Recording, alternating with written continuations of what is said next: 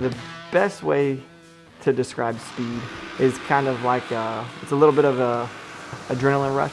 In the Pro Outlaw, we go about 175 mile an hour. In the Top Fuel boat, we go. Right now, our top speed's been 255, and the first time you hit those speeds, it's addicting. Would be the best way to put it. So your adrenaline's pumping for a while before you whack the throttle, and a long while afterwards, and that's what makes you come back for more.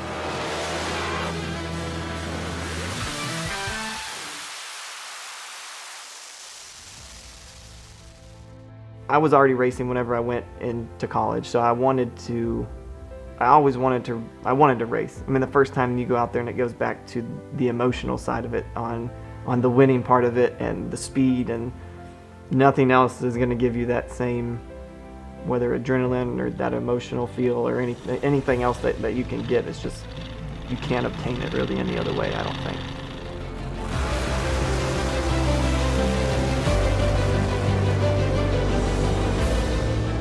I think that's why there's so many people that race, and that's why it's such a big industry.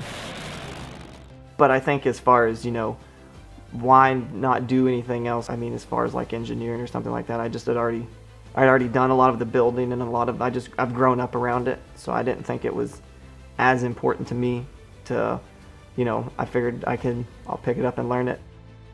I've been building boats with my dad, because my dad ran drag boats back in the 80s, and so I've grown up around building them, and I'd always been into cars and stock cars, that kind of thing.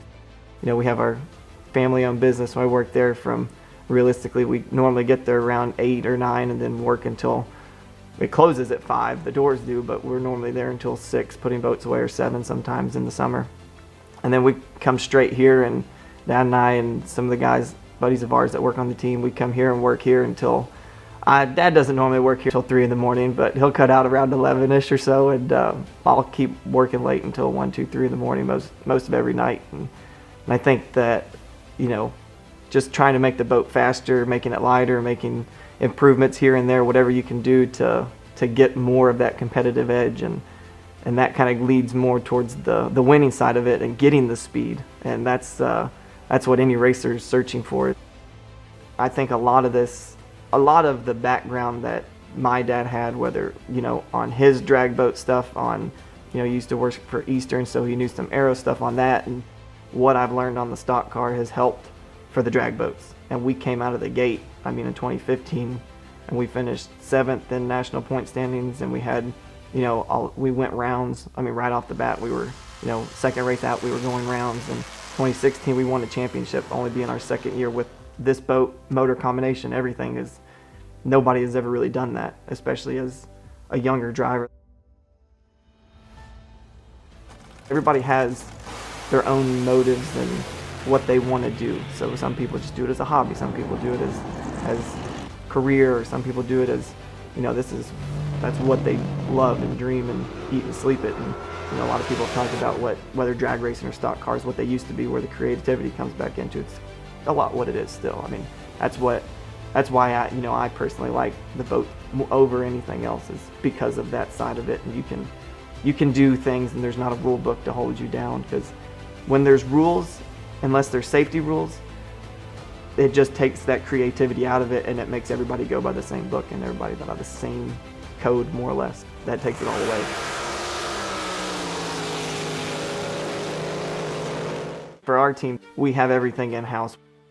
I think we're the first team ever really to have not only the capsules, but the boats and all the molds. So we have everything in-house, so we do it all. There's very few things that we sub out. Everything's pretty much done here by us. So we know every nut and bolt. We know everything. We know every washer. We know every inch of glass, everything on all of our boats. So I think that also helps on setting us apart. And we can redesign a lot of the stuff. We can re-engineer it if we want, or make things better, stronger, faster. Having, all the things that we do know, and that we're building everything in-house, I think all of that plays into how to get that 10th, or how to get that 2 tenths, or I think that part of it is what separates some of the race teams from your mediocre to your average to your really good race teams. I think how you search for it and what you look for, and and what you do and the things you do back at the shop. Because of how many hours, days, years, months, time that's been spent on just building, whether it's a boat, car, whatever the race vehicle is, it doesn't matter. It's kind of all the same. That's what makes you want to get faster, better.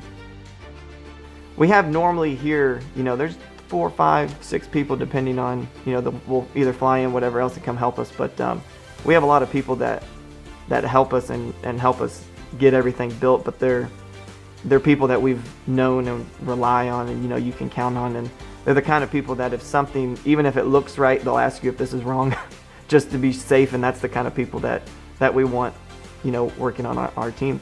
We kind of see it as more of just not a current now team. It's the people along the way that have gotten us to where we are now, and that's part of the reason we're as successful as we are.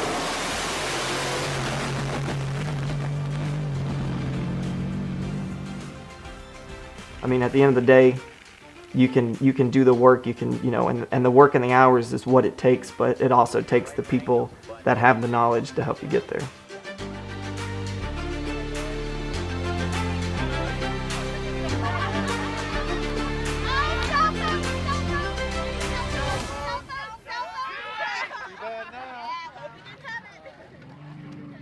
All right.